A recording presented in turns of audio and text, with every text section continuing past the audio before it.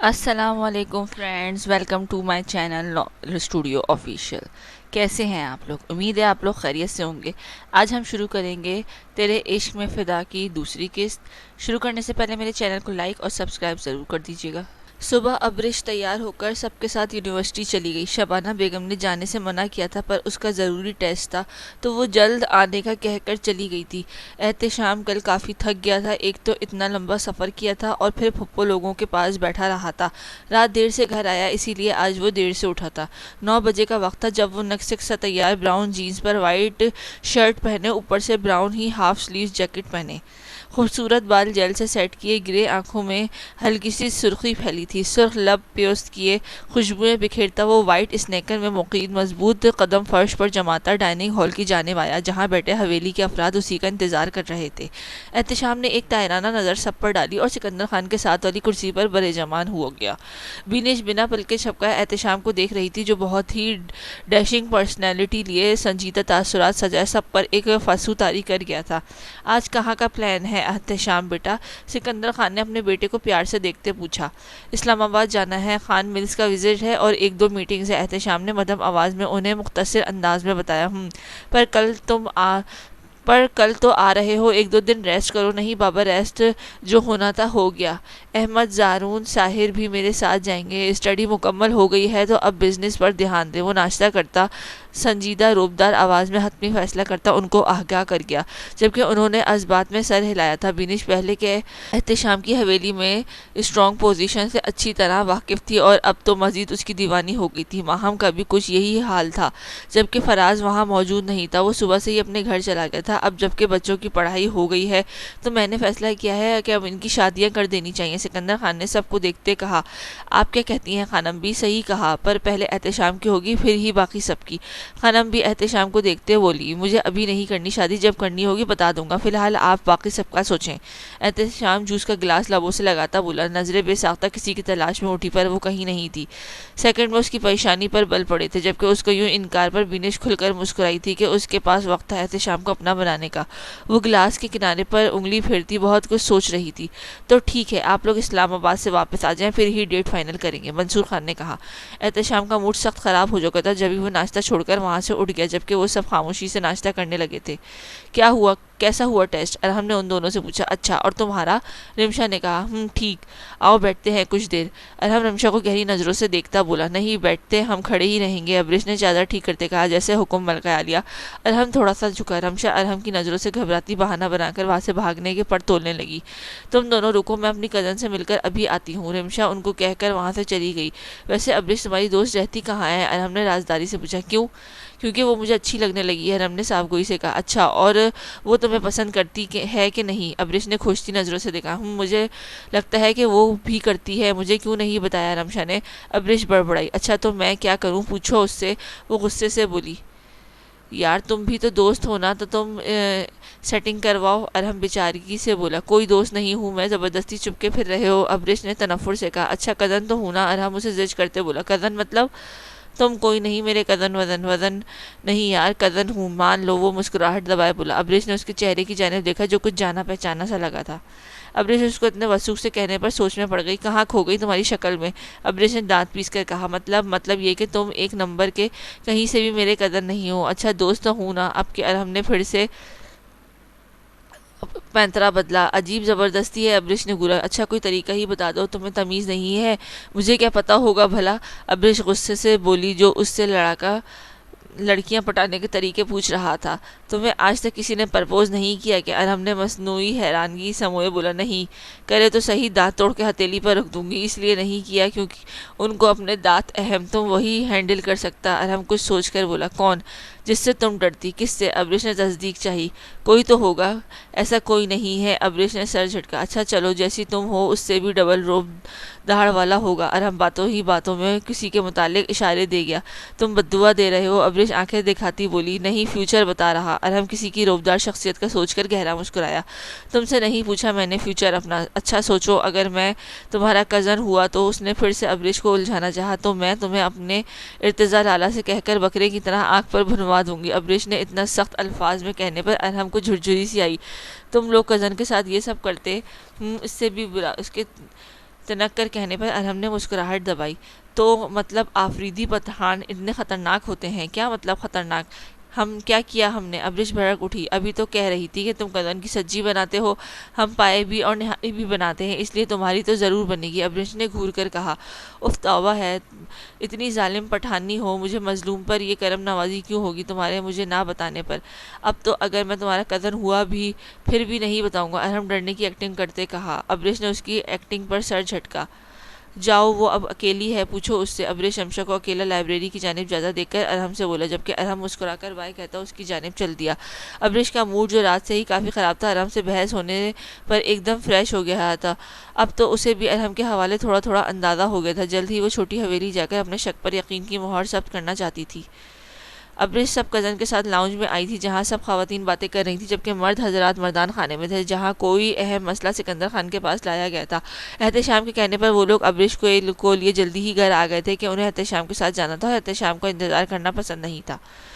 ابریش کا لیکچر تھا، اس نے منع کرنا چاہا، پر احتشام کا حکم تھا کہ ابریش کو بھی لے کر حویلی پہنچے۔ ابریش جو بھول گئی تھی کہ احتشام اب اسے نہیں روکے گا، یہ اس کا وہم تھا، وہ سب سے کچھ دیر باتیں کر کے اپنے کمرے میں آ گئی، جبکہ باقی سب بھی اپنے کمروں کی جانب بڑھ گئے تھے۔ احتشام جو مردان خانے سکندر خان سے بیٹھا کسی اہم موضوع پر بات کر رہا تھا، اس کے فون کی میسج ٹون بجی۔ ایک بار، دو بار تو اس نے اگنور کیا، پر تیسری بار اس نے اپنا فون اٹھا کر میسج چیک کیا۔ میسج دیکھتے ہی اس کی آنکھوں کے گوشے سرخ ہونے لگے۔ کھڑی مسکرا رہی تھی تو کہیں گھور رہی تھی اور کہیں چادر درست کرتی اس کی طرف دیکھ رہی تھی۔ احتشام جو پہلے ہی غصے سے بھڑکا بیٹھا تھا، مزید تصویریں جلتی پر تیل کا کام کر گئیں کہ وہ ماتھے پر بے شمار بڑ ڈالے وہاں سے اٹھا۔ ابریش جو ابھی فریش ہو کر ڈریسنگ کے سامنے کھڑی اپنے بال سکھا رہی تھی، ایک دم سے دھاڑ سے دروازہ کھلا۔ اس نے ہڑبڑا کر دیکھا تو سامنے ہی احتشام سکندر سرخ آنکھوں سے اسے گھور رہا تھا۔ احتشام کو پہلی بار اپنے کمرے میں دیکھ کر ابریش کی سٹی گم ہوئی۔ اس کے چہرے پر فتریلے تاثرات دیکھ کر وہ گھبرائی اور جلدی سے اپنا دوپٹہ اٹھا کر خود پر اوڑھا۔ تم یونیورسٹی گئی تھی؟ وہ جارحانہ تیور لیے آگے بڑھا۔ اسے بہت برا لگا تھا ابریش کو یوں کسی لڑکے سے باتیں کرنا۔ وہ اور کون تھا وہ جو ہر روز اسے ابریش کی تصویریں بھیج رہا تھا؟ اسے پہلے اس انسان کا پتہ لگانا تھا، تبھی اس نے سختی سے ابریش کو جانے سے منع کیا تھا۔ اور وہ لڑکا جس کے ساتھ ابریش کی پکس تھی، اس کے بارے میں سوچ کر ہی احتشام کا خون کھول اٹھا تھا۔ جی وہ مضبوط بنتی بولی۔ تبھی احتشام نے اس کی جانب قدم بڑھایا اور جھٹکے سے اسے کھینچ کر دیوار سے لگایا کہ ابریش کی پشت دیوار سے زور سے ٹکراتی درد کی شدید لہر اس کے وجود میں سرایت کر گئی تھی۔ یہ کیا کر رہے ہیں احتشام بھائی؟ ابریش درد برداشت کرتی اس کا خون چھلکاتی آنکھوں میں دیکھ کر بمشکل بولی، میں نے تمہیں منع کیا تھا کہ اب نہیں پڑھو گی، کس کی اجازت سے گئی پھر؟ ہاں، تمہاری میری بات سمجھ نہیں آتی ہے کیا؟ احتشام اس کے گرد دیوار پر ہاتھ رکھے دھاڑا تھا۔ بات نہ ماننے پر حد درجہ غصہ تھا۔ میں کیوں سنوں آپ کی بات؟ اور آپ ہوتے کون ہیں مجھے اجازت دینے اور نہ دینے والے؟ اس کی بات پر ابریش کا دماغ گھوما تھا۔ میں جو بھی ہوں ذہن نشین کر لو، میری بات ماننا تم پر فرض ہے۔ اب تم جا کر سب کو خود منع کرو گی، اور اگر نہ کرو تو؟ وہ نڈر انداز میں اس کی آنکھوں میں دیکھ کر چیلنج کرتی بولی۔ احتشام نے آئی بروز اچکائی تھی۔ I like it. تو تم کل ہی میرے کمرے میں میرے بیڈ پر میری دلہن بنی ہوگی، اور سوچو پھر کتنے اختیارات ہوں گے میرے پاس۔ احتشام اس کے چہرے کو دیکھتا بہت کچھ جتا گیا تھا۔ اس کی بات پر ابریش کا چہرہ سفید پڑا تھا، دل سوکھے پتے کی مانند لرزا تھا۔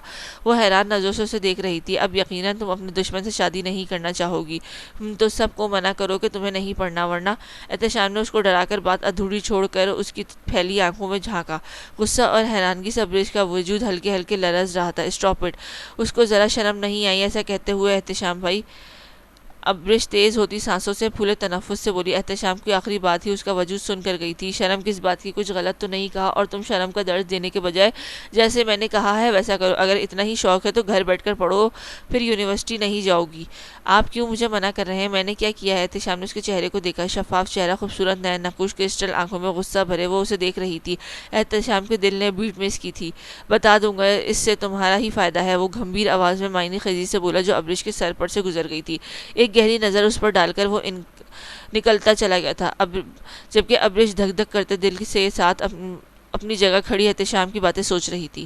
اپنے کمرے میں آ کر احتشام نے وہی نمبر کسی کو سینڈ کیا۔ حارث، مجھے کل تک اس نمبر کی ڈیٹیلز، اس کا بایو ڈاٹا سب چاہیے۔ احتشام نے اپنے دوست سے کہا۔ اوکے، کام ہو جائے گا، حارث نے کہا، اور مزید 2-4 باتوں کے بعد کال رکھ دی۔ اسی وقت دروازے پر دستک ہوئی۔ صاحب جی، آپ کو بڑے صاحب نے بلایا ہے۔ ملازم پیغام دے کر چلا گیا۔ وہ جانتا تھا کہ احتشام کو بالکل نہیں پسند تھا کہ کوئی اس کے کمرے میں آیا۔ احتشام لب بھیجے اپنا فون بیڈ پر پٹک کر سکندر خان کے پاس اسٹڈی میں آیا۔ جی بابا، آپ نے بلایا؟ احتشام، آپ نے ابریش کو پڑھائی سے منع کیا ہے؟ جی، کہہ کر وہ ان کے سامنے صوفے پر برجوان ہوئی۔ کیوں، وجہ کیا ہے بچی کو پڑھائی سے روکنے کی؟ بابا وہ ابھی نہیں بتا سکتا، ابھی مجھے خود اس بات کی تصدیق کرنی ہے، تبھی ہی آپ کو بتا پاؤں گا۔ ٹھیک ہے، اگر روکا ہے تو پھر اس کی شادی کر دیتے ہیں، وہ بھی اس کے بابا تھے، اچھے سے جانتے تھے بیٹے کو، جبکہ احتشام نے اچھمبے سے دیکھا۔ کیا مطلب؟ یا تو ابرش پڑھے گی یا پھر ہم اس کی شادی کریں گے، اب بتاؤ برخوردار کیا فیصلہ ہے آپ کا؟ سکندر خان نے احتشام کی دکھتی رگ پر ہاتھ رکھا تھا۔ ٹھیک ہے بابا پڑھ لے، پر وہ یونیورسٹی نہیں جائے گی، احتشام نے کہا۔ اگر ابرش یونیورسٹی نہیں جائے گی تو اسے تم پڑھاؤ گے، سکندر خان نے اگلا حکم دیا۔ یہ کیا کہہ رہے ہیں آپ بابا؟ احتشام بھنوٹا۔ یہی کہ ابرش کو تم ٹیوشن دو گے؟ بالکل نہیں بابا، گھر میں اتنے سارے لوگ ہیں، کسی سے بھی پڑھ لے۔ آپ ابرش پر حق جتا رہے ہو احتشام، کیونکہ میں حق رکھتا ہوں اور یہ بات آپ اچھے سے جانتے ہیں۔ اچھا تو یہ حق اب اچانک سے کیسے جاگ گیا؟ وہ بھی بیٹے کو بھیگو بھیگو کر مار رہے تھے۔ اچانک سے نہیں، بہت پہلے سے، احتشام جھلا کر بولا۔ دیکھو احتشام، اتنا تو میں جانتا ہوں کہ ابرش کو یونیورسٹی نہ بھیجنے کے پیچھے ضرور کوئی بڑی وجہ ہوگی، پر پڑھائی سے کیوں منع کیا ہے؟ بابا میں نے غصے میں کہا تھا، میرا ارادہ اسے یونی جانے سے روکنے کا تھا۔ احتشام کو ابرش پر سخت تاؤ آیا تھا، جس نے اس کے بابا کو بتا دیا تھا، اس نے دانت پیسے، پڑھ لے وہ، پر میں ہرگز نہیں پڑھاؤں گا۔ احتشام اپنی کہہ کر وہاں سے اٹھ گیا تھا کہ اسے اسلام آباد کے لیے نکلنا تھا۔ وہ لوگ اسلام آباد کے لیے گئے ہوئے تھے۔ احتشام کی دھمکی کے پیش نظر اگلے دن وہ یونیورسٹی نہیں گئی تھی۔ اسے رہ رہ کر غصہ آ رہا تھا، نہ گھر میں کسی کو اس کی یہ بات بتا سکتی تھی کہ سوچ آتے ہی جسم پر کپ کپی طاری ہو جاتی۔ اس نے سکندر خان سے بات کی تھی کہ سکندر خان نے بتایا کہ کچھ وجوہات کی بنا پر اس کا جانا ٹھیک نہیں، کچھ دنوں تک وہ نہ جائے اور گھر میں ہی پڑھے۔ سکندر خان جانتے تھے کہ احتشام اس مسئلے کو جلد ہی حل کر لیں گے، پر وہ یہ نہیں جانتے تھے کہ احتشام شدید قسم کی جلن کا شکار ہے۔ اسے ابرش کا ارحم سے باتیں کرنا، مسکرانا جلتے توے پر بٹھا گیا تھا، جبھی تو وہ بنا سوچے سمجھے ابرش کو اس بات کی سزا دینے کی خاطر، جو اس بیچاری کو پتہ تک نہیں تھی کہ پڑھائی سے ہی منع کر دیا تھا کہ نہ وہ یونیورسٹی جائے گی اور نہ اس لڑکے سے ملے گی۔ پر یہ احتشام کی بھول تھی، جتنا وہ ابرش کو دور کرے گا وہ ہو جائے گی۔ یہ تو وقت طے کرے گا کہ اس کی یہ پوزیسونیس اس پر ہی بھاری پڑنے والی تھی۔ ابرش اسے مزید جلن اور غصے سے دوچار کرنے والی تھی کہ احتشام کی ضبط کو بری طرح آزمانے والی تھی۔ دونوں کے بقول کہ وہ ایک دوسرے کے دشمن تھے، ان کی نام نہاد بغیر سر پیر کے پیدا کی نفرتیں ٹکرا کر ایک نئے رنگ بھرنے والی تھی۔ دوپہر کا وقت تھا، یہ اداسی سے اپنے کمرے میں بیڈ پر لیٹی تھی۔ اس کا دل کر رہا تھا وہ اپنے نانا اور ارتضیٰ لالا کے پاس چلی جائے۔ کیا ہوا؟ ہماری بیٹی اتنی اداس کیوں ہے؟ شبانہ بیگم اسے کھانے پر بلانے آئی تھی۔ اس کا چہرہ دیکھ کر پریشانی سے پوچھا۔ کچھ نہیں مورے، مجھے ارتضیٰ لالا کی یاد آئی ہے، کتنے مہینوں سے نہیں گئی میں، لالا اور نانا خود ہی ملنے آ جاتے ہیں۔ وہ روحانسی، اسے رونا آ رہا تھا، اس کا ارتضیٰ لالا کے پاس جانا تھا۔ یہاں تو 2 دن میں احتشام نے اس کی زندگی اجیرن کر دی تھی، کبھی آنکھوں سے تو کبھی باتوں سے جان نکالنے کے در پر ہوتا تھا۔ وہی شبانہ بیگم نے حلق تر کیا اور گہرا سانس بھرا۔ اچھا چلی جانا، آ جاؤ کھانا کھا لو، وہ سپاٹ انداز میں بولی۔ مورے آپ کیوں نہیں جاتی وہاں؟ ابرش نے ہر بار کی طرح پھر سے وہی سوال دہرایا۔ کتنی بار کہا ہے ابرش کہ مجھ سے یہ مت پوچھا کرو، آپ کو اجازت دی ہے، آپ جاتی ہو، اتنا کافی ہے ان لوگوں کے لیے۔ شبانہ بیگم برہم ہوئی، جبکہ ابرش ہمیشہ کی طرح ماں کی ری ایکشن دیکھ کر سوچ میں پڑ گئی۔ کچھ سوچنے کی ضرورت نہیں، اٹھو اور چلو میرے ساتھ۔ شبانہ بیگم اسے ساتھ لیے نیچے آئیں۔ خان حویلی میں تینوں وقت کا کھانا ساتھ کھایا جاتا تھا۔ ابھی سب نے کھانا شروع کیا ہی تھا کہ حویلی کے چاروں بیٹوں سب کو مشترکہ سلام کرتے لاؤنج میں آئے۔ پھپھو صبح ہی بینش کے ساتھ اپنے گھر چلی گئی تھی، جبکہ گھر کے تمام افراد لنچ پر ایک ساتھ موجود تھے۔ سب نے ان کو دیکھا اور سلام کا جواب دیا، سوائے ابرش کے۔ وہ جلد از جلد کھانا کھا کر یہاں سے جانا چاہتی تھی، اسے احتشام سے کوفت محسوس ہو رہی تھی۔ آ جاؤ بیٹا، کھانا تیار ہے، نرگس بیگم نے انہیں بلایا۔ وہ چاروں بھی ان کے ساتھ آ کر بیٹھے۔ جب شبانہ بیگم نے سب کو ان کا فیورٹ لنچ دیا اور ساتھ کوک دی، احتشام نے ایک نظر ابرش کو دیکھا جو اپنی پلیٹ پر جھکی ہوئی تھی۔ وہ اپنے چہرے پر نظروں کی تپش محسوس کر سکتی تھی جو وقفے وقفے سے اس پر اٹھ رہی تھی۔ اس کی بات یاد آتے ہی کھانے سے دل اچاٹ ہوا تھا اور گھبراہٹ سی ہونے لگی تھی۔ بڑے پاپا مجھے چھوٹی حویلی جانا ہے کل۔ احتشام کے رویے سے وہ کافی گھبرا چکی تھی، جبھی ابرش نے سکندر خان سے کہا تھا ٹھیک ہے احمد چھوڑ آئے گا۔ وہ اس کی معصوم چہرے کو دیکھ منع نہیں کر پاتے تھے، تبھی ہمیشہ کی طرح آج بھی اجازت دے دی۔ یہ نہیں جائے گی وہاں، گمبھیر اشتعال سے بھرپور احتشام سکندر خان کی آواز گونجی، جبکہ سکندر خان سمیت سب نے کھانے سے ہاتھ روک کر احتشام سکندر کو دیکھا، جس کا چہرہ حد درجہ سنجیدہ ہوا تھا۔ آپ کے منع کرنے پر ابرش کو تب چڑھی۔ مجھے جانا ہے بڑے پاپا۔ ابرش اس کے غصے کو ہوا میں اڑاتی پھر سے بولی۔ اس کی ہٹ دھرمی پر احتشام ہتے سے اکھڑ گیا تھا۔ ایک بات کان کھول کر سن لو، جتنا جانا تھا جاریہ، اب اگر گئی تو ٹانگیں توڑ دوں گا۔ وہ برہمی سے دھاڑا، جبکہ وہاں یکدم سکوت چھا گیا تھا۔ وہ احتشام کے غصے سے اچھی طرح واقف لگتی، پھر ابریش کو اس کو خود پر غصہ کرنا، روب جھاڑنا ایک آنکھ نہیں بھاتا تھا۔ وہ اپنی مرضی کی مالک تھی، اپنے بڑے پاپا کی بیٹی، اس کی اجازت درکار تھی جو اسے مل گئی تھی، تو یہ کون ہوتا تھا اسے روکنے ٹوکنے والا؟ یہ سوچ آتے ہی ابریش کے گال اور ناک غصے سے سرخ ہوئے تھے۔ وہ میرے نانا ہے اور میں جاؤں گی، ابریش خود پر کنٹرول کرتی اس پر وعدے کر گئی۔ بیٹا وہ اس کے نانا ہے، سکندر خان نے سمجھانا چاہا۔ بس بابا، یہ ایک بات اس کے دماغ میں نہیں گھستی ہے کیا یہ آج کے بعد نہیں جائے گی وہاں؟ مطلب نہیں، کیوں آپ اس کو بار بار ہمارے دشمنوں کے گھر بھیج دیتے ہیں؟ احتشام تنی رگوں اور ضبط سے مٹھیاں بھیچے بولا، آپ ہوتے کون ہیں مجھ پر پابندیاں لگانے والے؟ مجھے نہیں رہنا یہاں، مجھے میرے ارتضیٰ لالا کے پاس جانا ہے۔ ابریش چمچہ پلیٹ میں پھینک کر کرسی سے اٹھ کھڑی ہوئی تھی، جبکہ شبانہ بیگم سر پکڑ کر بیٹھ گئی تھی۔ احتشام نے کھا جانے والی نظروں سے اسے دیکھا تھا۔ میں جو بھی ہوں اس کا بھی بہت جلد پتہ چل جائے گا۔ میں آخری بار وعدے کر رہا ہوں کہ تم نہیں جاؤ گی۔ اگر گئی تو احتشام سکندر خان کی بھیانک روپ دیکھو گی، جس میں تباہی تمہارے اور اس ارتضیٰ لالا کے مقدر بنے گی۔ اور آپ سب بھی سن لیں، اگر کسی نے میری اجازت کے بغیر اسے بھیجنے کی جرات کی تو نتائج کا ذمہ دار وہ خود ہوگا۔ احتشام اپنی سنا کر وہاں سے چلا گیا، جبکہ ابریش کی آنکھوں میں پانی جمع ہونے لگا۔ میں جاؤں گی اب تو، ابریش سب کو دیکھ کر بھیگی آواز زدہ لہجے میں کہہ کر آنسو بہاتی اپنے کمرے کی جانب بھاگ گئی۔ دونوں نے کھانا نہیں کھایا تھا اور لڑ جھگڑ کر اپنے کمروں میں بند ہو گئے تھے، جبکہ باقی سب حیران پریشان سے ایک دوسرے کی جانب دیکھ رہے تھے۔ ابریش کو لے کر آؤ ارتضیٰ خان، اتنے دن ہو گئے ہیں بچی نہیں آئی۔ بی جان نے ابریش کے لیے لہجے میں محبت اور اداسی سموئے ارتضیٰ سے کہا۔ جی میں کل لے آؤں گا، ارتضیٰ مصروف سا فون پر کچھ ٹائپ کرتا بولا۔ تبھی ارحم آیا تھا۔ ہی گائز، کیا ہو رہا ہے؟ ارحم اپنا بیگ صوفے پر پھینک کر آرام دہ حالت میں بیٹھتے بولا۔ اس کی حالت اور انداز پر ارتضیٰ نے سخت گھوری سے نوازا۔ آپ کی بیوی ہی ڈرے گی، ان غصے بھری گھوریوں سے مجھ پر کوئی اثر نہیں ہونے والا، ارحم نے شوخی سے ارتضیٰ کو کہا۔ تم پر ہوگا بھی کیوں، تم انسان تھوڑی ہو، ارتضیٰ نے سر جھٹکا۔ اس کی بات پر ارحم کی گیا سے گیا۔ لالے میں آپ کو آدم زاد نہیں لگتا کیا؟ ارحم نے حیرت سے پوچھا۔ اگر ہوتے تو خود مجھے سے اپنی تصدیق نہ کر رہے ہوتے، ارتضیٰ کے سنجیدہ لہجے میں کہنے پر ایک پل میں ارحم کو بھی لگا کہ وہ انسان نہیں۔ ارحم کی غیر ہوتی حالت دیکھ کر ہی بی جان نے مسکراہٹ دبائی۔ لالے ہاں، وہ مصروف سا بنا بولا۔ لالے آپ میرے بھائی ارتضیٰ خان ہونا، تو میرے خونی بھائی ہونا، اس ناطے اگر میں انسان نہیں تو پھر آپ کیسے ہیں؟ میں بھی تو انسان ہوا نا پھر، ارحم نے کہہ کر دوڑ لگائی، جبکہ ارتضیٰ نے وہیں بیٹھ کر ایک سیکنڈ کے اندر پاس ٹیبل پر پڑا واز اس کی طرف پھینکا جو ارحم کے سر پر سے گزر کر سامنے پلر سے جا لگا تھا۔ ارحم کی چھٹی گم ہوئی تھی جب ارتضیٰ کی بھاری آواز گونجی، واپس آؤ ارحم، جبکہ ارحم کی گردن گھما کر ارتضیٰ کے خطرناک تاثرات دیکھے جو اسے کھا جانے والی نظروں سے دیکھ رہا تھا۔ لالے میں نے تو اپنا مقدمہ لڑتے ہوئے ڈیفائن کیا ہے کہ میں بھی انسان ہوں، ارحم منمنایا۔ وہ تو ٹھیک ہے، پھر یہ بندروں والی حرکات کہاں سے ایڈاپٹ کر کے لائے ہو؟ ارتضیٰ نے اس کے بکھرے بال اڑی رنگت کو دیکھا جو اس کے خوف سے ہو گئی تھی۔ شرٹ کی اوپری بٹن کھلے تھے، اس کا ایک حصہ جین سے باہر نکلا ہوا تھا، کلائی پر بندی واچ اس میں ڈھیلی کر دی تھی جو اس کی کلائی میں کھلی ہوتی جھول رہی تھی۔ بغیر شوز کے وہ ننگے پاؤں کھڑا تھا۔ ارتضیٰ کے کہنے پر ارحم نے ایک نظر خود کو دیکھا اور پھر خجالت کے شکار ہوتے دانت نکالے ایک ہاتھ بالوں میں کھجانے لگا۔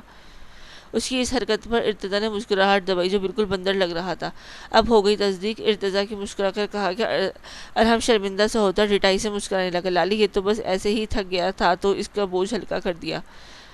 ارحم خود بھی مسکراتا اس کی طرف آیا اور دھپ سے ساتھ بیٹھ گیا۔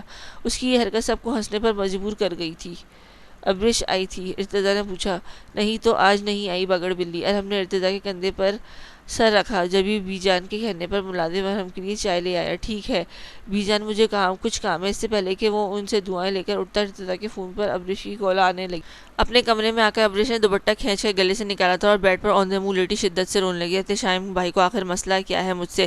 ابریش نے تکیے میں منہ چھپائے شکوہ کیا تھا۔ مجھ پر پابندی کیوں؟ اور کوئی کچھ بولا بھی نہیں، اس نے سسکی بھری۔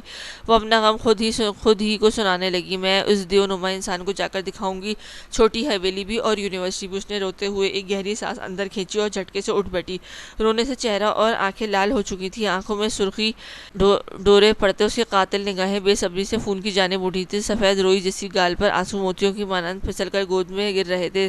تھوڑی پر چمکتا تل اداس لگ رہا تھا۔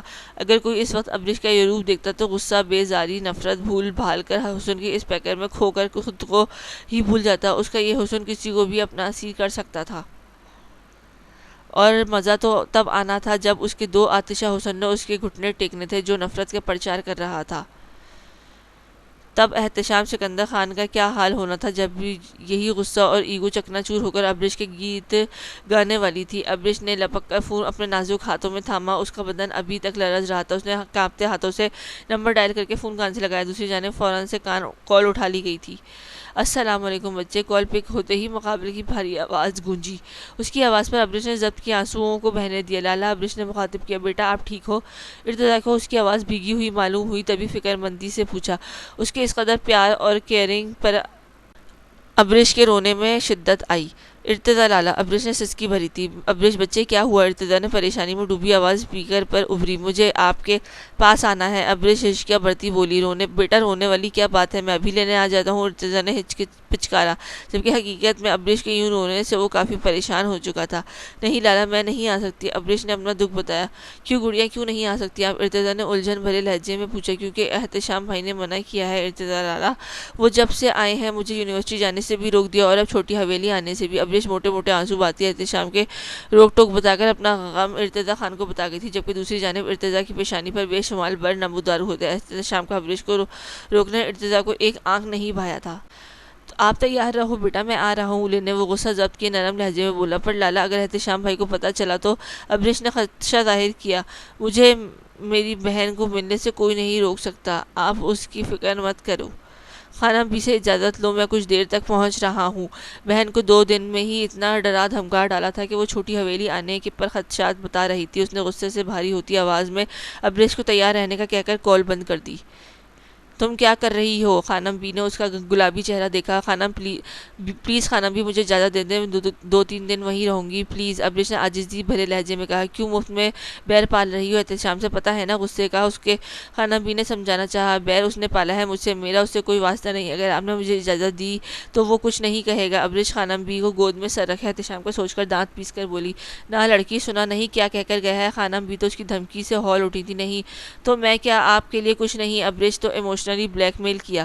اگر نہ اجازت دی تب بھی میں جاؤں گی آپ کی، ابرش نے تنک کر غصے میں کہا۔ ایسا کیا تو چیز تھا کہ خانم بی بھی ڈر رہی تھی؟ جاؤ جا کر آرام کرو، خانم بی نے ٹالنا چاہا۔ خانم بی، اب کی بار ابرش نے آبدیدہ ہو کر انہیں دیکھا تھا اور خانم بی کا دل پسیج گیا تھا۔ وہ اس کے پھول سی بچی پر کوئی ظلم نہیں کرنا چاہتی تھی، وہ کیا کم تھا کہ اب خانم بی بھی فتوے لگا دیتی۔ ٹھیک ہے جاؤ، پر شام تک واپس آ جانا، وہ بات مانتی بولی۔ نہیں خانم بی، میں 2 دن رکوں گی پلیز، ابرش ان کی گود میں سر دھرے آگے کا پلان بتایا، جبکہ خانم بی تو اس کے ڈیمانڈ پر ہڑبڑائیں۔ جاؤ اور کچھ دیر میں واپس آؤ بس۔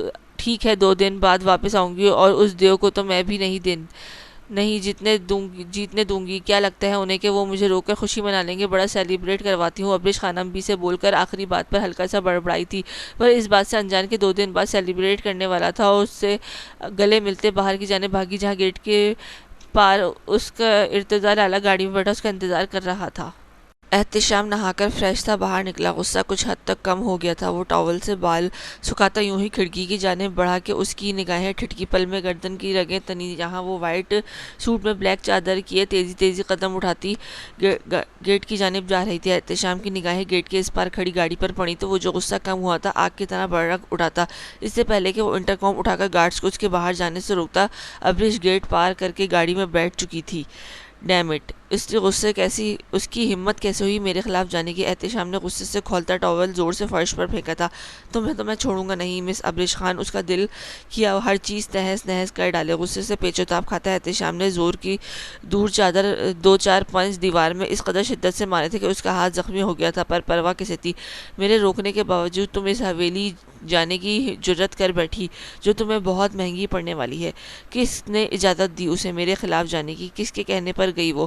اور وہ یوں ہی زخمی ہاتھ اپنی بلیک جینز میں وائٹ پینٹ پہنے ہاتھ آگ بگولا ہوتا نیچے آیا تھا۔ حویلی میں بھوچال سا آیا ہوا تھا۔ احتشام سکندر خان کی دھاڑ لاؤنج میں گونجی تھی، وہ سب جو بیٹھے تھے یکدم ہڑبڑاتے اٹھ کھڑے ہوئے تھے اسے دیکھ کر۔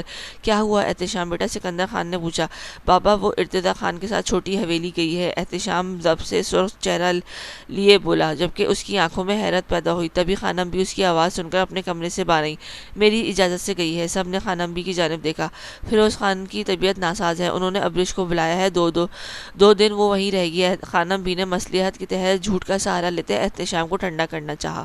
ہم ان کے ذمہ دار نہیں ہیں خانم بھی، آپ کا شوہر اور بیٹے کا بدلہ آپ اتنی جلدی بھول گئی ہیں کیا جو آپ اپنی پوتی اور احتشام سکندر خان کی بیوی کو مجھ سے پوچھے بغیر تیمارداری کے لیے بھیج دیا؟ احتشام بمشکل لہجہ تلخ ہونے سے روک پایا، کیونکہ کچھ بھی ہو جائے وہ خانم بی کے خلاف نہیں جا سکتا تھا، ان کے ہر فیصلے کی عزت کرتا تھا، وہیں سکندر خان کے سامنے ڈٹ جاتا تھا، ہمیشہ اپنی ہی کرتا آیا تھا۔ احتشام بیٹا وہ ابریش کے نانا ہے، ہماری لڑائی ان تک ہے، ہم اس سے بچی کو روک کر اس پر کیوں ظلم کریں، جبکہ چھوٹی حویلی والوں میں اس کی جان بسی ہے اور ہماری اس میں، وہ بہت معصوم ہے، اسے ان سب کا نہیں پتا۔ خانم بھی صوفے پر بیٹھتی پریشانی سے بولی، ظلم نہیں ہے اس پر، وہ ہم پر کر رہی ہے، وہاں جا کر اپنی محبتیں بڑھا کر۔ احتشام کو تو آگ ہی لگ گئی تھی ابریش کے اس حرکت پر، اور چھوٹی حویلی والوں کی جان بستی ہے نا اس میں، اسی لیے تو پل پل تڑپانا چاہتا ہوں ان لوگوں کو۔ آپ ان کی خیر خواہ نہ بنیں اور اپنی لاڈلی کی رخصتی کی تیاریاں کریں۔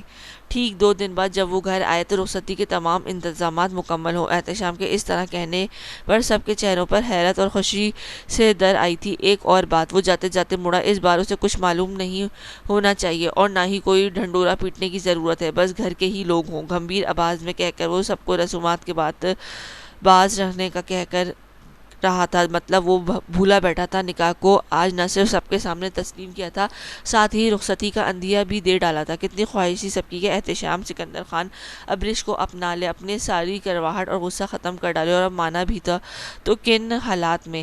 بہت کر لی تم نے منمانی، اب دیکھتا ہوں کیسے میرے خلاف جاتی ہو۔ احتشام خیال میں ہی ابریش سے مخاطب ہوا، وہ سب کو حکم سناتا حیران چھوڑے باہر کی جانب بڑھ گیا۔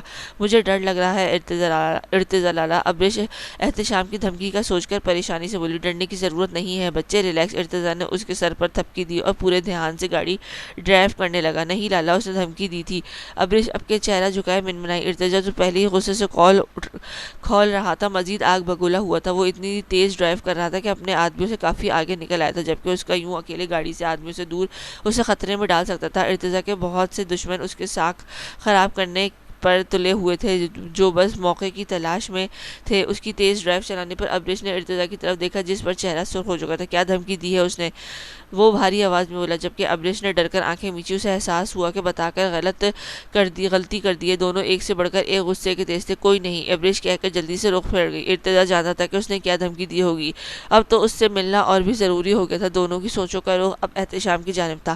ارتضی نے ابریش کی جانب دیکھا، جو بجھی سی شیشے کے پار دیکھنے میں مصروف تھی۔ کچھ ہی دیر میں مسلح گارڈ کی گاڑیوں کے ہمراہ چھوٹی حویلی داخل ہوئی تھی۔ اس کے چہرے کی چمک دیکھ کر ارتضی کا غصہ جھاگ کی مانند بیٹھ گیا تھا۔ وہ بھلا کب اپنی بہن کو پریشان اداس دیکھ سکتا تھا؟ وہ تو اس کی چڑیا تھی، جو چہکتی اڑتی پھرتی اچھی لگتی تھی۔ اس کا اداس ہونا چھوٹی حویلی تو کیا بڑی حویلی کے مکینوں سے بھی برداشت نہیں ہوتا تھا، جبھی تو آج تک اس کی ہر خواہش پوری کی تھی۔ سب سے بڑھ کر اسے پیار کرتے تھے کہ یہ دونوں حویلیوں کی چھوٹی جو تھی۔ ارتضی لالا، اب نہ آپ بھی میری بھابھی لے آنی چاہیے۔ ابریش ارتضی کے ساتھ چلتی بولی۔ اچھا، اور اب یہ خیال کیوں آیا؟ ارتضی نے کہا۔ بس آ گیا، بی جان کتنی اکیلی ہوتی ہیں، بھابھی آئے گی تو ان کا دل بھی لگ جائے گا۔ کہہ تو آپ ٹھیک رہی ہیں، سوچنا پڑے گا۔ ارتضی نے ایکٹنگ کی، جبکہ ابریش کے قدموں کو بریک لگی۔ وہ اس سے 2 قدم پیچھے کھڑی آنکھیں سکیڑے گھور رہی تھی۔ کیا ہوا؟ ارتضی نے پلٹ کر پوچھا۔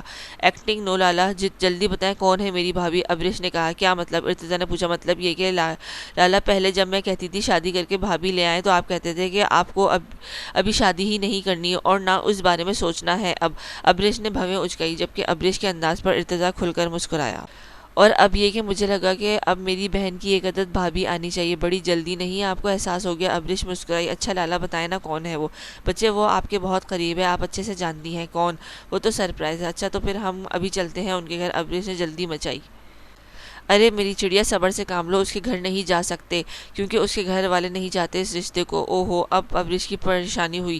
اب یہ کہ میں آپ کی بھابھی لے آؤں گا، فی الحال آپ اندر جائیں، بی جان کب سے انتظار کر رہی ہیں۔ ارتضی اس کے سر پر پیار دیا، اندر بھیجا، واپس سے پلٹا۔ اس کا چہرہ سنجیدہ تھا، وہ سپاٹ انداز میں گاڑی میں بیٹھا اور سرحد سے گارڈز کے ساتھ حویلی سے نکلا۔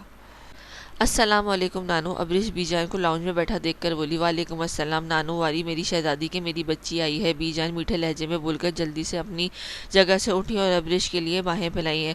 ابریش محبت سے ان کے گلے لگی اور چٹا چٹ بی جان کے گال چوم ڈالے۔ آئی مس یو سو مچ نانو، ابریش ان کے گلے میں باہیں ڈالے، ان کے کندھے پر سر رکھ کے لاڈ سے بولی۔ میں نے بھی بہت مس کیا میری بچی، اور یہ تم اتنے دنوں بعد کیوں آئی ہو؟ بی جان نے اس کا سر تھپک کر اس ساتھ وجہ پوچھ ڈالی۔ اب تو آ گئی ہوں نا، دو دن دونوں رہوں گی۔ سچ کہہ رہی ہو تم؟ بی جان نے پیار سے اس کے بال سہلاتے پوچھا۔ جی میری گلاب جامن نانو، ابریش نے شرارت سے مسکراہٹ دبائے کہا۔ بی جان نے دھپ رسید کی تھی کیونکہ گلاب جامن ان کو فیروز خان کہہ بلاتے تھے، اسی نام کو لے کر وہ چڑھ جاتی تھیں کہ ابریش، ارتضیٰ اور ارحم ان کو بہت تنگ کرتے تھے۔ اگر پیار سمیٹ لیا ہو ابریش بیوی تو کچھ میرے لیے بھی چھوڑ دیں۔ ارحم کچن سے برآمد ہوتے ہاتھ میں مگ پکڑ کر ان کی طرف آیا۔ تم؟ اس کو دیکھ کر ہکا بکا سی ہو گئی۔ آہستہ بولو ابر۔ اس کے ابر کہنے پر ابریش کی آنکھیں مزید کھل گئیں۔ اسے ذرا دیر نہیں لگی سمجھنے میں، تبھی اس نے بی جان کی جانب دیکھا جو اس کی حالت دیکھ کر انجوائے کر رہے تھے۔ بی جان ابریش کی حیرانگی میں ڈوبی سرگوشی نکلی۔ میں ہوں تمہارا بیسٹ فرینڈ اور کزن ارحم خان۔ بی جان کو بولنے سے پہلے ہی ارحم اس کے سامنے کھڑا ہوتا چوڑی ہتھیلی پھیلائے سینہ تان کر بولا، جبکہ ابریش کا سکتہ اب بالکل ختم ہو چکا تھا جبھی کھا جانے والی نظروں سے گھور کر اس کی ہتھیلی پر زور سے تھپڑ مارا۔ آؤچ! جلادنی ارحم کی شوخی پل میں غائب ہوئی تھی۔ اس میں چوڑے ہونے والی کیا بات ہے؟ ڈبل روٹی؟ ابریش نے تنک کر پوچھا۔ تمہیں خوشی نہیں ہوئی مجھے کزن میں دیکھ کر؟ ارحم نے مگ لبوں سے لگا کر بڑا سا گھونٹ حلق میں اتار کر استغفار کیا۔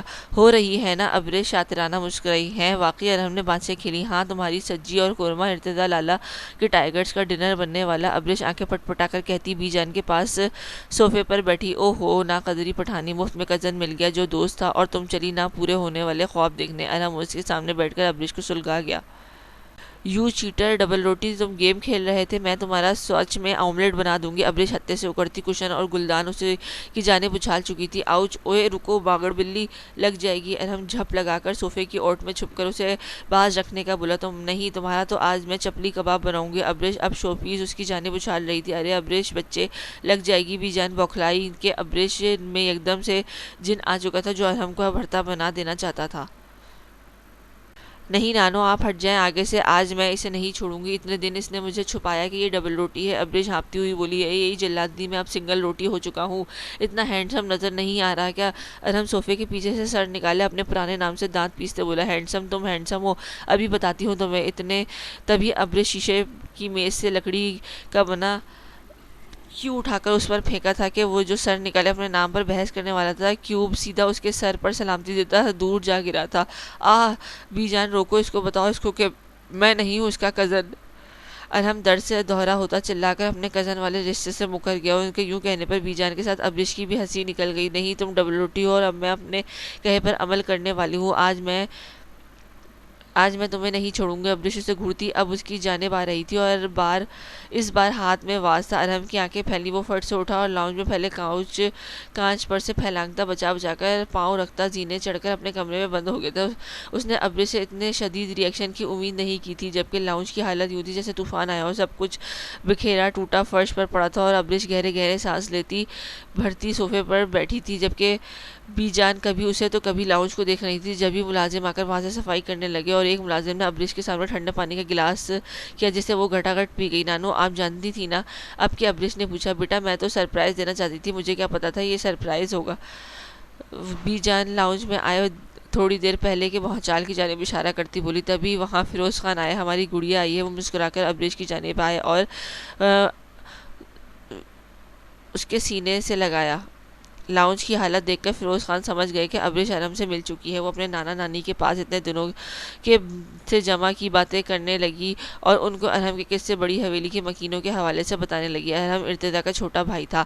بچپن میں ایک گھر میں رہتے اور ارحم ابریش کی بہت دوستی تھی جس سے احتشام کو کافی چھڑ تھی۔ ان کی دوستی پر وہ دونوں بہت شرارتی تھے اور ہم عمر ہونے کی وجہ سے ان کی بہت بنتی تھی۔ ارحم موٹا گولو مولو سا تھا۔ ابریش اس کا نام ڈبل روٹی رکھا تھا، جبکہ ارحم اس کو جلادنی اور باگڑ بلی بھی کہتا تھا۔ ان میں لڑائی بھی بہت ہوتی تھی، پھر کچھ وجوہات کی بنا پر ارحم کی فیملی وہاں سے چلی گئی تھی۔ ابریش کبھی کبھی ارحم کے گھر جاتی تھی، دونوں خوب کھیلتے تھے، وہ دونوں ارتضیٰ کے لاڈلے تھے۔ پھر آہستہ آہستہ ابریش کا آنا بند ہو گیا کہ اسے بڑی حویلی والے ارتضیٰ فیروز خان اور بی جان کے لاکھ منت سماجت کرنے پر بھی نہیں بھیجتے تھے۔ وقت آہستہ آہستہ گزرتا کیا جب فیروز خان نے دشمنی کے ڈر سے ارتضیٰ اور ارحم کو وہاں سے بھیجنے کا فیصلہ کیا اور اس سے بورڈنگ میں کروا دیا تھا، کیونکہ ارحم اور ارتضیٰ پر ایک دو بار حملہ ہوا تھا جس نے فیروز خان کو ڈرا دیا تھا۔ وقت آہستہ آہستہ گزر گیا جب ارتضیٰ اپنی تعلیم مکمل کر کے حویلی واپس آ گیا اور فیروز خان کی جگہ اس نے سنبھال لی۔ ان کی جگہ سیاست میں ارتضیٰ نے لے لی تھی اور بہت سے کاروبار تھے جن کی بھاگ دوڑ ارتضیٰ کے ہاتھ میں تھی۔ اس دوران اسے مسلسل سیاست میں ترقی کرتا دیکھ کر اس کے بہت سے حریف بن چکے تھے۔ بہت جلد اس نے اپنا نام اور مرتبہ بنا لیا تھا، جبکہ ارحم ارتضیٰ سے 6 سال چھوٹا تھا اور اس کی تعلیم ابھی رہتی تھی تو وہ وہیں رکا رہا تھا۔ پھر کچھ دن پہلے اس کی زور زبردستی پر وہ ہاسپٹل سے واپس آ گیا تھا اور ابریش کی یونیورسٹی میں داخلہ لے لیا تھا، جہاں اس کی نظر ابریش پر پڑی تو پہلی نظر میں اسے پہچان گیا تھا، جبکہ ابریش نہ پہچان پائی تھی کیونکہ اس نے بچپن میں ہی دیکھا تھا۔ ابریش کو کچھ ماہ پہلے ہی چھوٹی حویلی آنے کی اجازت ملی تھی، ورنہ وہ سب اس اسکول میں ہی مل جاتے یا حویلی خود آ کر مل جاتے تھے۔ روڈ پر ارتضیٰ اور اس کے آدمیوں کی گاڑی سرحد سے آگے پیچھے رواں تھی۔ ایک مخصوص جگہ پہنچ کر اس کے آدمیوں کو گاڑی کو بریک لگائی، جب ہی ارتضیٰ اپنی گاڑی سے اترا اور اپنے آدمیوں کو وہیں رکنے کا کہہ کر آگے بڑھا جہاں احتشام اس کی جانب پشت کیے کھڑا پہاڑوں کو دیکھ رہا تھا۔ احتشام سکندر! ارتضیٰ کی بھاری آواز گونجی۔ جب ہی احتشام نے مڑ کر چند قدم کے فاصلے پر کھڑے ارتضیٰ کو دیکھا، احتشام کی آنکھیں سرخ ہو رہی تھیں۔ تم نے منع کیا میری بہن کو؟ ارتضیٰ نے تیکھے لہجے میں پوچھا۔ کیونکہ وہ میری بیوی ہے۔ تو تم میری بیوی کے بارے میں کیا خیال ہے جو اس وقت تمہارے گھر میں ہے؟ ارتضیٰ نے جتایا، جبکہ احتشام کا چہرہ خون چھلکانے لگا تھا۔ ارتضیٰ خان حد میں رہو، احتشام پکارا۔ میں حد میں ہوں احتشام سکندر، بہتر ہے کہ میری بہن پر پابندیاں لگانا بند کر دو، ورنہ یہ کام میں بھی کر سکتا ہوں۔ میرے اور میری بیوی کے معاملے میں کسی کو بولنے کی اجازت نہیں دیتا، میں تمہیں بھی نہیں۔ احتشام نے گھور کر کہا تھا۔ ٹھیک ہے تو پھر تیار رہو، بہت جلد آؤں گا میں بڑی حویلی۔ اس کی بات پر ارتضیٰ نے جتایا۔ احتشام نے آئی بروز اچکائی۔ تبھی ارتضیٰ کا فون رنگ ہوا۔ اس نے جیسے ہی کان سے لگایا، مقابل کی پریشانی میں ڈوبی آواز اسپیکر سے ابھری۔ سر، کپڑے والی فیکٹری میں آگ لگی ہے، پر شکر ہے کہ کوئی جانی اور مالی نقصان نہیں ہوا، جلد ہی پتہ چل گیا تھا۔ ارتضیٰ نے احتشام کی جانب دیکھا جو پینٹ کی پاکٹ میں ہاتھ ڈالے مسکرا رہا تھا۔ لمحہ لگا تھا جاننے میں ارتضیٰ کو اس سے ایسی ہی کوئی امید تھی۔ وہ چھوٹا سا تحفہ میرے دوست جو میری بیوی کو بغیر پوچھے لے گئے، اس لیے میری بہن کا خیال دل سے نکال دو اور اپنی بہن کی رخصتی کا سوچو۔ احتشام کہہ کر مخالف سمت مڑا۔ ناممکن، تمہاری بہن میری بیوی ہے، جلد یا بدیر اسے میرے پاس آنا ہے۔ اگر اگلی بار تم نے میری بہن پر کوئی پابندی لگانے کی کوشش کی تو میرے جواب کے لیے تیار رہنا۔ ارتضیٰ غصے سے کہہ کر مڑا، جبکہ احتشام نے ضبط سے مٹھیاں بھینچی اور بھاری قدم گاڑی کی سمت بڑھائے۔ احتشام چاہتا تھا کہ ابریش جلد اس کی دسترس میں آئے اور وہ اس پر حق جما کر روک سکے، جبکہ ارتضیٰ چاہتا تھا کہ احتشام اس کی بہن پر روک ٹوک نہ لگائے اور اس کی بہن کی چھوٹی حویلی آنے دے۔ نہ جانے اب کس کی خواہش پوری ہونی تھی، دونوں کی نہ چاکی کیا حالات لانے والی تھی۔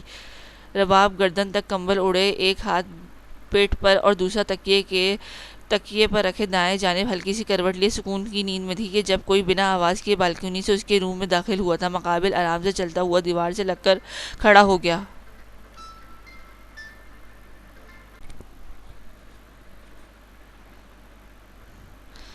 کہ جب کوئی بنا آواز کی بالکنی سے اس کے روم میں داخل ہوا تھا۔ مقابل آرام سے چلتا ہوا دیوار سے لگ کر کھڑا ہو گیا۔ نظریں بیڈ پر پڑے مرتعش وجود پر جم سی گئی تھی۔ ارتضیٰ کی نظر اس کے خوبصورت چہرے پر جمی تھی۔ خوبصورت نین نقوش کالی آنکھیں اس وقت بند تھیں، پلکوں کی جھالر آرزو پر سایہ فکن تھی۔ چھوٹی سی ناک، بھرے بھرے گلابی گال، سرخ باریک لب اور جو آپس میں سختی سے پیوست تھے، بھورے کلرڈ بال تیکھے تکیے پر بکھرے ہوئے تھے۔ اس وقت اس حلیے میں ارتضیٰ کو اپنا اور دیوانہ کر گئی تھی۔ نظریں چہرے سے پھسل کر اس کی گردن تک اور پھر پھیلتی اس کی قیامت خیز سراپے میں الجھی تھیں۔ وہ سانس روکے اس کی سانسوں کے اتار چڑھاؤ کو دیکھ رہا تھا۔ کمرے کا فسو خیز خوابناک ماحول ارتضیٰ کو کمزور کر رہا تھا۔ وہ جذبات کے اٹھتے سمندر پر بند باندھے ضبط کیے کھڑا تھا۔ اپنے وجود تو کسی کی تپش زدہ نظروں سے نیند میں ہی جھلستا محسوس کر رہی تھی۔ اسے نیند میں ہی لگ رہا تھا جیسے کوئی بڑے استحقاق سے گہری نظروں سے پورے انہماک سے اسے دیکھ رہا ہو۔ وہ بے چین سی ہوئی تھی اور یکدم اس نے آنکھیں کھولیں۔ دل تیز سے دھڑک رہا تھا۔ نائٹ ڈریس میں وہ کھلے بالوں سمیت گھبراہٹ میں جھٹکے سے اٹھ بیٹھی تھی۔ ماتھے پر پسینے کے قطرے چمکنے لگے تھے۔ مقابل کی نظریں اس کے ہر حرکات پر چیل کی طرح جمی تھیں۔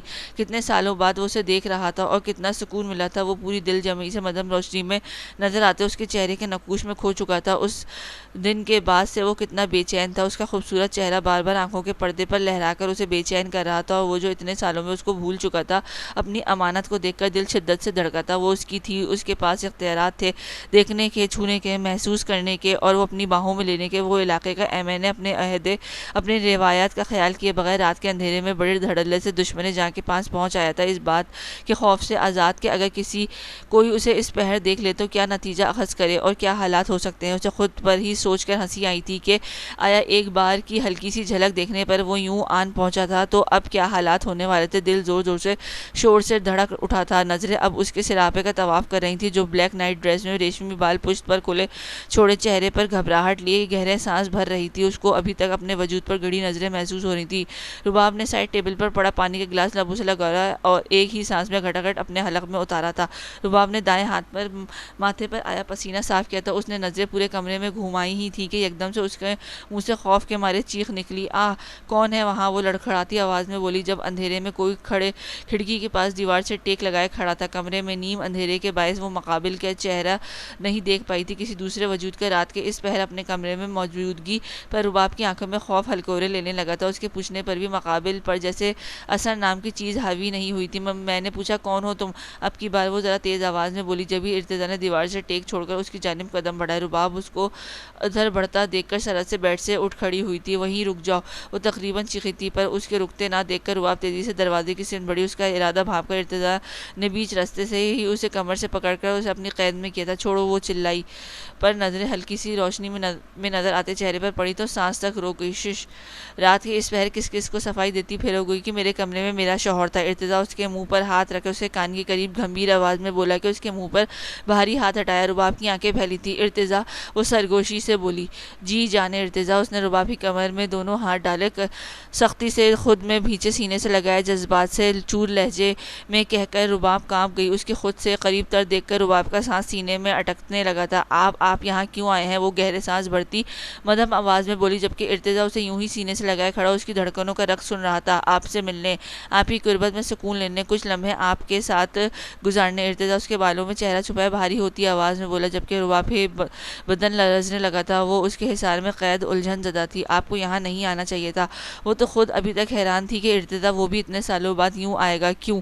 اگر احتشام بھائی، شش، میں اپنی بیوی سے ملنا آیا ہوں، بے فکر رہو، کسی کو پتہ نہیں چلے گا۔ ارتضیٰ اس کے بالوں سے چہرہ نکال کر اس کے لبوں پر انگلی رکھتا چپ کروا گیا تھا۔ آپ جائیں پلیز، وہ ہمت کرتی بولی۔ ارتضیٰ نیم اندھیرے میں مخمور نگاہوں سے اسے نائٹ ڈریس میں دوپٹے سے آزاد وجود لیے اپنے حصار میں اپنی قربت سے سرخ پڑتا دیکھ رہا تھا۔ گھبراہٹ اور ارتضیٰ کے دہکتی قربت میں رباب کا دل پسلیاں توڑ کر باہر آنے کے در پہ تھا۔ اس کے بازوؤں کی حدت سے کمر جلتی محسوس ہو رہی تھی، جبکہ ارتضیٰ کی گرم جھلساتی سانسیں متواتر چہرے پر پڑ رہی تھیں۔ وہ نگاہیں جھکائے کھڑی ارتضیٰ کو گستاخی پر اکسا رہی تھی۔ پھر آؤں گا، تفصیلی ملاقات کے لیے میرا انتظار کرنا۔ ارتضیٰ اس کی کمر پر گرفت مضبوط کی، اس کے چہرے قریب کی سرگوشی میں بولا اور جھک کر شدت بھری پہلی مہر ثبت کرتا اس کے چہرے کے نقوش کو ازبر کرتا وہاں سے نکل گیا تھا۔ ہے جلادنی، کیا ہو رہا ہے؟ ارحم ابریش کا ساتھ آیا تھا، تم بدتمیز ڈبل روٹی، شکل گم کرو اپنی۔ کل شام سے وہ ابریش سے معافی مانگ کر آدھا ہو چکا تھا، پر ابریش نے اسے بھاؤ نہیں دیا تھا۔ وہ اس سے سخت ناراض تھی۔ مان جاؤ نا یار، نو، بڑی ہی کوئی وہ ہو کیا؟ مطلب اچھی ہو، معاف کر دو۔ ارحم نے صلح جو میں کہا، پر ابھی نہیں۔ اچھا، میں تمہیں تمہاری فیوریٹ آئس کریم بھی کھلاؤں گا، باگڑ بلی۔ ارحم نے دانت پیسے، جبکہ ابریش اس کے پاؤں پر زور سے اپنا پاؤں مار کر وہاں سے اڑ گئی۔ باگڑ بلی۔ ارحم نے ابریش کو لون میں دیکھ کر ہانک لگائی، جبکہ ابریش کا چہرہ سرخ ہو چکا تھا۔ کیا بولا ہے؟ وہ دونوں ہاتھ کمر پر رکھ کر غرائی۔ میں نے کہا آؤ تمہیں جنگلی بلیاں دکھا لاؤں۔ ارحم اس کو ہاتھ پکڑ کر گاڑی کی طرف بڑھا۔ تم یہ بھی کہہ سکتے ہو کہ آؤ تمہیں آئس کریم کھلانے لے چلوں۔ ابریش نے ہاتھ چڑھایا۔ وہ گاڑی میں بیٹھ گئی۔ ارحم نے ابریش کو آئس کریم کھلائی۔ ابریش نے اسے 100 بار سوری بولنے پر معاف کر دیا تھا، اور اب دونوں بچپن کے قصے یاد کرتے ایک بڑے سے سرسبز میدان میں کھڑے تھے۔ وہ ایک علاقے کا کھلا سا میدان تھا جہاں پہاڑی بکریاں اور بکرے چر رہے تھے۔ وہ دونوں قہقہ لگا رہے تھے، جبھی ابریش کی نظر قدرے دور دائیں جانب کھڑے احتشام پر پڑی، جو اپنے آدمیوں کے ساتھ کھڑا کچھ کہہ رہا تھا، اور یہی وہ وقت تھا جب احتشام کی نظر پڑی ابریش کو اسی لڑکے کے ساتھ اس طرح اس ایریا میں یوں اکیلے دیکھ کر احتشام کے تن بدن میں شعلہ بھڑک اٹھے تھے۔ تمہیں کیا کہا باگڑ بلا نظر آ گیا ہے۔ ابریش کی ہونک شکل دیکھ کر ارہم نے کہا وہ بھی احتشام کو دیکھ چکا تھا، اس کے ہر وقت غصے میں رہنے پر وہ اسے باگڑ بلا کہتا تھا، پر صرف دل میں احتشام کے سامنے کہتا تو اب تک جنت میں سیر کر رہا ہوتا۔ وہ بڑی حویلی کے ہر فرد کے متعلق آگاہ رکھتا تھا، جب ہی احتشام کو پہچان گیا تھا۔